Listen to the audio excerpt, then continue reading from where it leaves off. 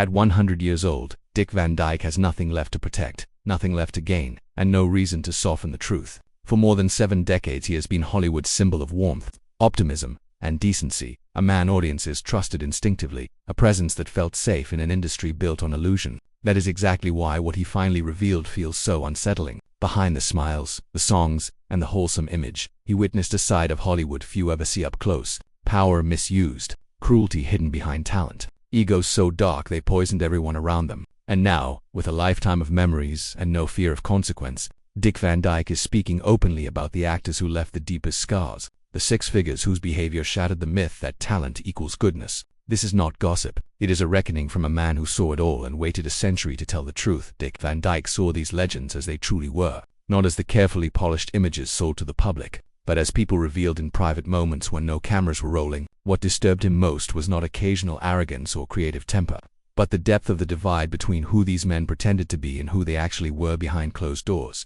Hollywood has always been a master of illusion, but Van Dyke recognized when that illusion crossed into something darker, when charm became camouflage and fame became a shield for behavior that harmed others. As someone who built a career without cruelty, without fear, and without humiliating those around him, he could sense when image management was no longer harmless showmanship but a cover for genuinely destructive power.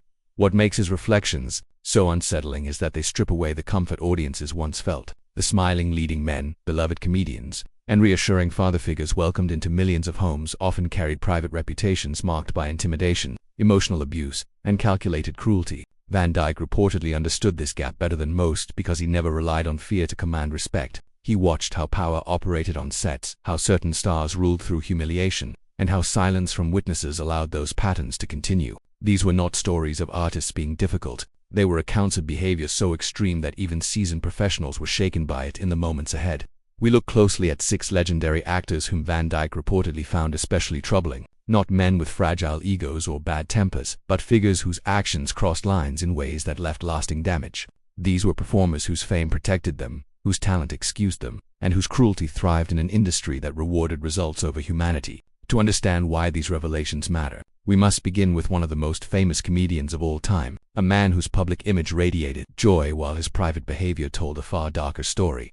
When Jerry Lewis exploded onto screens in the 1950s and 1960s, audiences saw a whirlwind of physical comedy and childlike exuberance. His elastic face, frantic movements, and high-pitched vulnerability created a persona that felt innocent, spontaneous, and almost pure. He wasn't just popular, he was adored, a global phenomenon whose comedy crossed languages and cultures. To the public, he seemed incapable of malice. That image was no accident. Behind the scenes, however, the atmosphere shifted dramatically. Those who worked with Lewis described a man obsessed with control, precision, and absolute authority. Nothing was accidental. Every movement, every beat, every gesture was calculated, and anyone who failed to meet his expectations became a target. Crew members spoke of public humiliations delivered with surgical cruelty. Minor mistakes were met with explosive rage. Corrections were rarely private. They were performances meant to intimidate.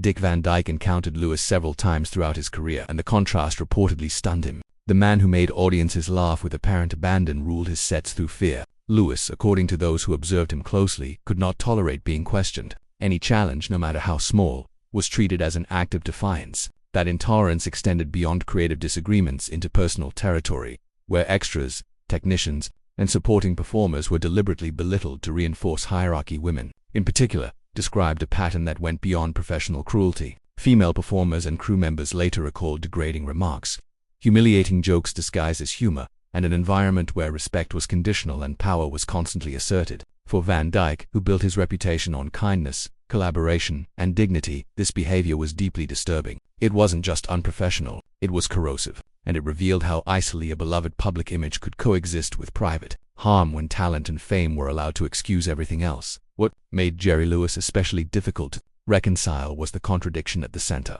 of his public life. While crew members recoiled from his cruelty behind the scenes, the world watched him weep openly on television as the tireless face of the Muscular Dystrophy Association. That duality unsettled even those accustomed to Hollywood hypocrisy. A man capable of extraordinary generosity toward children could, in the same breath, degrade and terrorize adults working under him. For Dick Van Dyke, this wasn't moral complexity, it was moral fracture. Lewis made the world laugh while breaking people who stood just outside the frame. What separated him from being merely demanding was that the humiliation often appeared intentional. Excellence did not require cruelty. yet cruelty seemed to be part of the performance. That, more than temperament, is what reportedly disturbed Van Dyke most.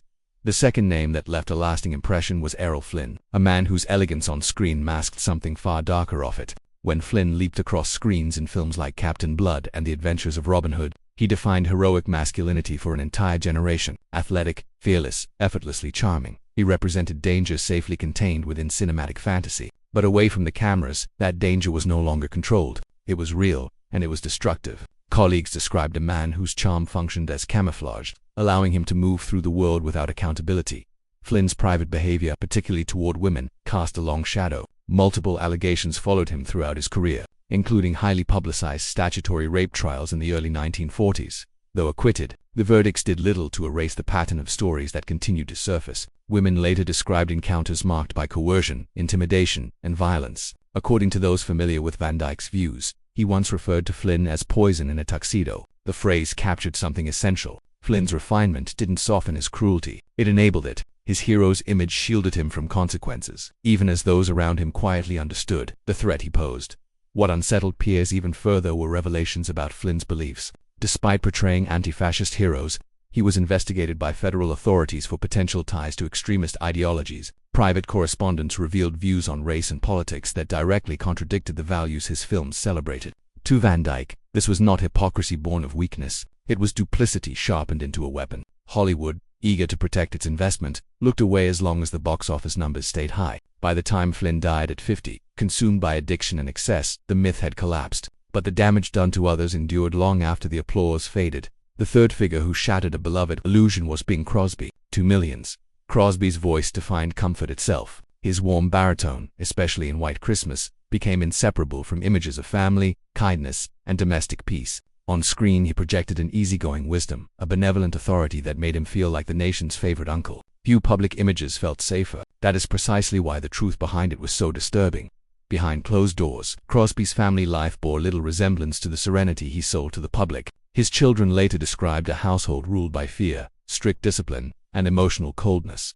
Physical punishment was not rare, it was routine. Love was conditional. Praise was scarce. The man whose voice soothed millions reportedly governed his own home through intimidation and control. For Dick Van Dyke, who placed enormous value on kindness and decency off-screen as much as on it, this betrayal of image cut deeply. Crosby was not simply flawed. He was, by many accounts, cruel in private while profiting from warmth in public. What troubled Van Dyke most about figures like Crosby was not that they were imperfect, it was that their personas actively concealed harm. These were not men whose fame accidentally hid their behavior. Their fame enabled it. Hollywood rewarded the illusion and ignored the cost. And as Van Dyke reflected on a lifetime spent watching power operate unchecked, he understood something few were willing to admit. Talent does not excuse cruelty. Charm does not cancel abuse. And the most dangerous people are often the ones who convince the world they could never be capable of it. That carefully cultivated image collapses completely when set against the private reality, revealed by Crosby's own children after his death. What emerged was not a stern but loving father, but a man whose parenting was defined by physical punishment, emotional cruelty, and a relentless perfectionism that left deep, permanent scars. Those who later discussed the revelations say Dick Van Dyke was genuinely shaken when he learned what life inside the Crosby household had actually been like. Like millions of Americans, he had believed in the image of Crosby as the gentle, good-natured family man. Discovering that this image concealed a far harsher truth was profoundly disturbing. In their memoir, Going My Own Way, Gary Crosby and his brothers described a childhood ruled by fear and the constant pressure to satisfy a father who seemed incapable of offering warmth. Gary wrote of beatings carried out with leather straps and metal-studded belts, punishments delivered not in moments of uncontrolled anger, but with chilling deliberation. One of the most haunting details was the so-called trophy room, where Bing would take his sons to discipline them, then expect them to emerge composed, tearless, and obedient, as if nothing had happened. The lesson was not correction, but control. What unsettled Van Dyke most was the scale of the contradiction. Here was a man whose voice conveyed tenderness to an entire nation, singing about home, peace, and belonging, while creating an environment his own children described as emotionally barren and physically threatening. The hypocrisy was not subtle, it was staggering. Crosby's cruelty did not announce itself through public outbursts or spectacle. It hid behind impeccable manners, a soft voice, and an image of effortless charm. That same duality extended into his professional life. While he was celebrated as relaxed and low-maintenance, colleagues later recalled a performer with exacting standards who could be quietly merciless toward those who disappointed him. His control was rarely explosive. It was exercised through withdrawal, dismissal, and icy authority. His form of cruelty did not need volume. It relied on power and silence. For someone like Dick Van Dyke, who placed genuine value on kindness, collaboration, and family, this betrayal of image may have been the most disturbing of all. The idea that a man so closely associated with warmth and comfort could inflict lasting harm on his own children struck at the heart of everything Van Dyke believed about integrity. When Gary Crosby's memoir was published years after Bing's death, and its claims were echoed by other family members, the illusion became impossible to defend. The truth was devastating in its simplicity. A voice that symbolized American decency had coexisted with a private life marked by fear and abuse. Evil Van Dyke seemed to understand. Does not always shout. Sometimes it sings beautifully. For Dick Van Dyke, the most unsettling part was that he had reached the same heights without abandoning his decency, and that made this kind of duplicity almost impossible for him to understand. He had seen firsthand that success did not require cruelty, which is why certain figures left such a lasting stain on his memory. One of the most disturbing was Wallace Beery, a man audiences once embraced as the ultimate rough-around-the-edges softie. In the 1930s and early 1940s, Beery's gruff charm made him one of MGM's most dependable box office stars. On screen, he specialized in playing battered souls with hidden hearts of gold, men who growled and stumbled their way toward redemption. Films like The Champ and Min and Bill cemented that image and earned him Academy Award recognition. To moviegoers, he was the lovable brute, flawed but fundamentally good.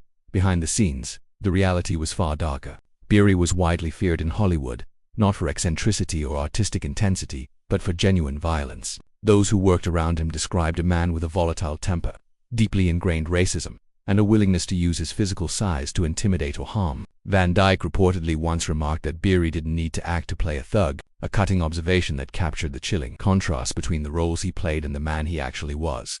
The most haunting allegations surrounding Beery sent on a long-standing Hollywood rumor involving the death of comedian Ted Healy, the creator of the Three Stooges. In 1937, Healy was brutally beaten outside the Trocadero nightclub and died days later from his injuries. While never proven in court, many insiders maintained that Beery was involved in the assault and that powerful studio interests worked quietly to bury the truth. Whether every detail of that story is accurate or not, it reflected what countless people already believed about Beery, that his violence was not hypothetical, theatrical, or exaggerated. It was real. Accounts from sets described him striking crew members, physically threatening co-stars, and using his imposing frame as a weapon whenever he felt challenged. At over 6 feet tall and well over 250 pounds, Beery cultivated fear as a tool. His behavior was compounded by open, unapologetic racism. He reportedly refused to work with black performers and crew, using slurs freely and creating an atmosphere so hostile that studios chose accommodation over confrontation. His abuse was not hidden, it was tolerated.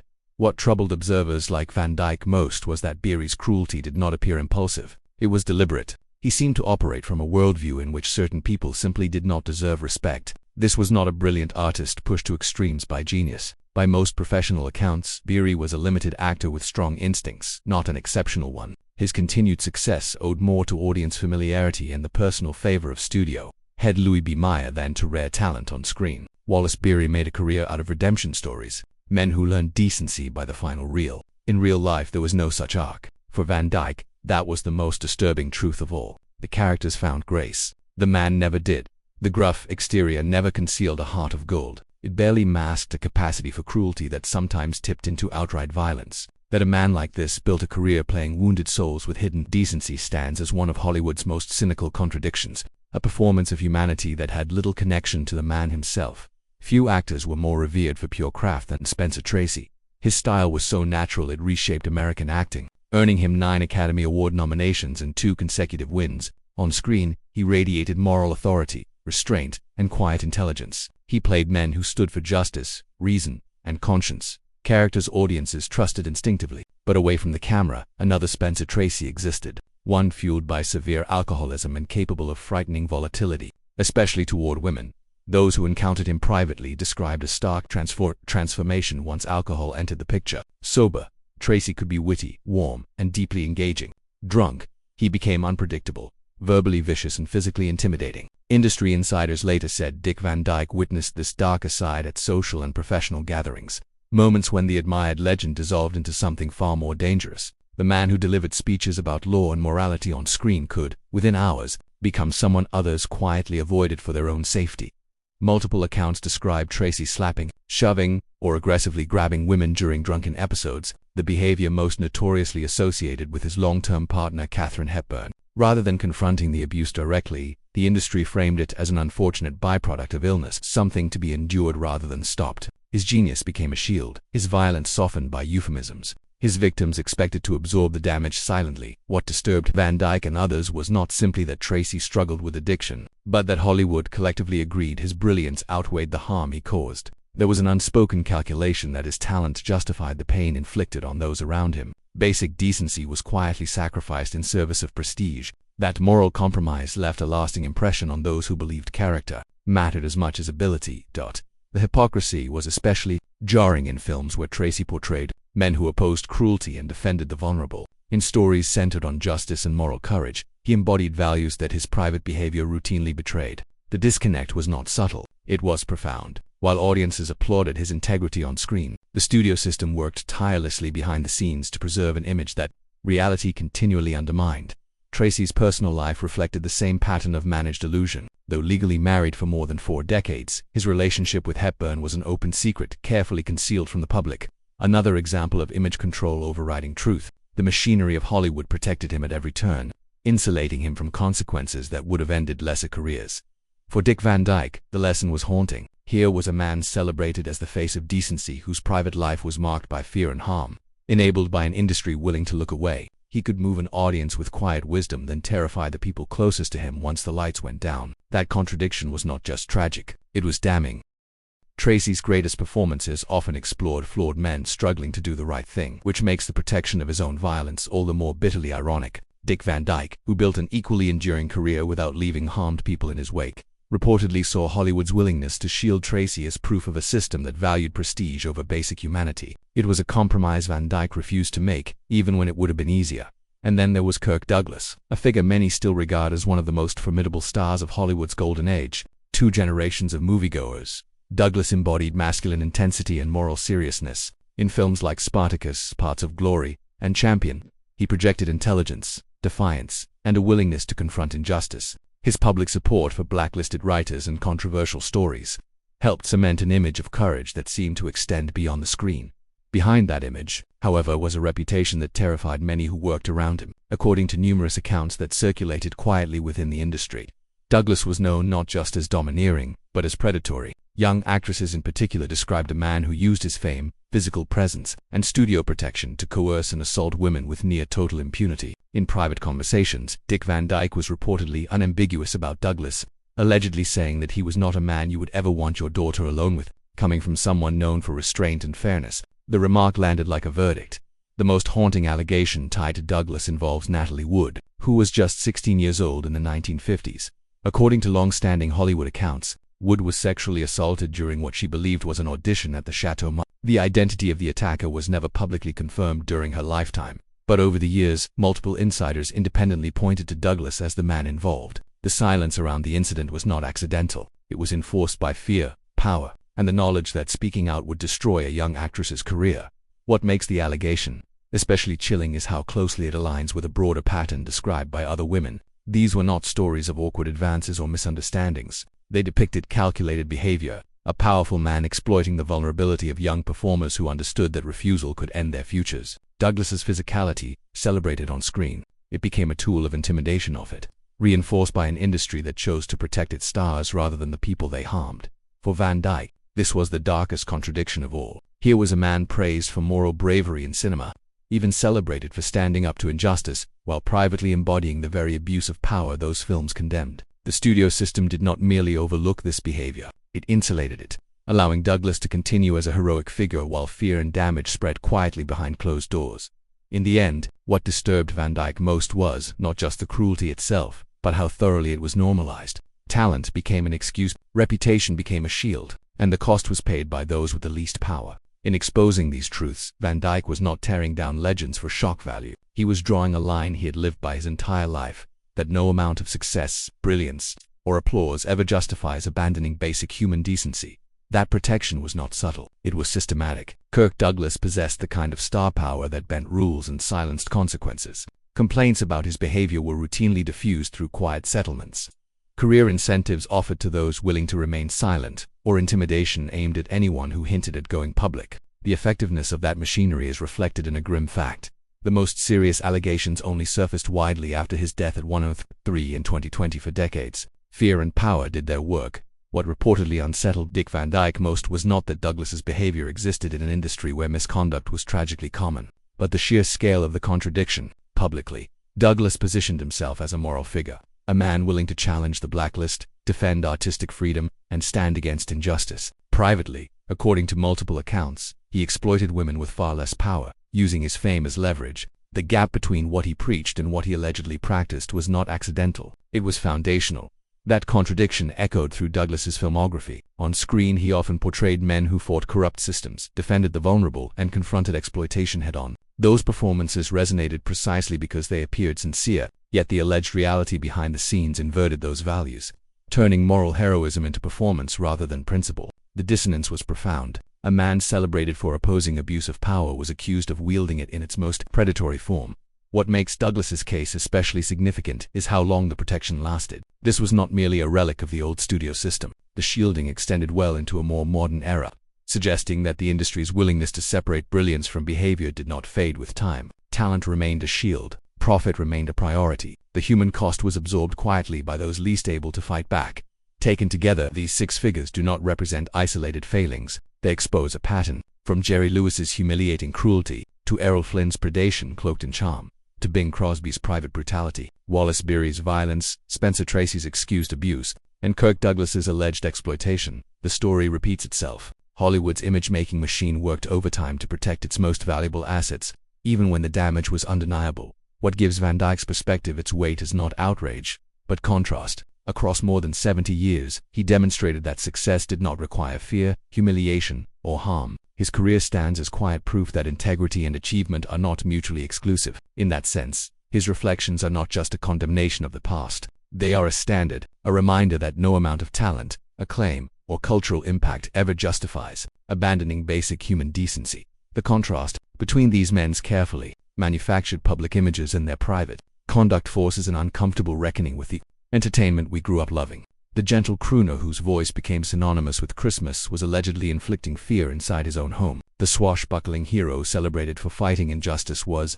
according to multiple accounts, exploiting women when the camera stopped. The beloved comic who made audiences roar with laughter was reportedly ruling sets through humiliation and terror. These are not bits of scandal or gossip. They are moral failures on a scale that only becomes possible when an entire system looks away. What disturbed Dick Van Dyke most was not only the behavior itself, horrific as it was, but the collective choice to excuse it. Again and again, the industry decided that box office numbers mattered more than basic human dignity. Abuse was not merely ignored. It was managed, hidden, and in some cases actively enabled because the abuser was profitable. Silence became policy. Complicity became routine.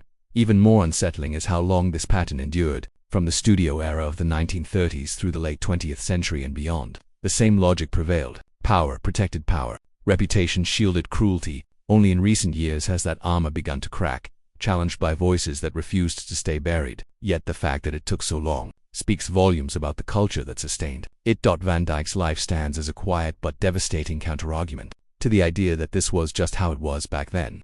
His career proves that success never required brutality, fear, or dehumanization. He achieved greatness without leaving destruction behind him. That this approach made him the exception rather than the norm exposes a failure that reaches far beyond any single actor. It reveals an industry built to perfect illusion, even when that illusion came at the expense of real human lives. If this story changed the way you think about Hollywood's past, consider what it asks of us as audiences today. How do we hold space for artistic achievement while refusing to excuse harm? Where do we draw the line between legacy and accountability? Let us know which revelation affected you most. And remember, the most revealing performances don't happen under studio lights. They happen when the cameras are gone, when no script remains, and only character is left to speak.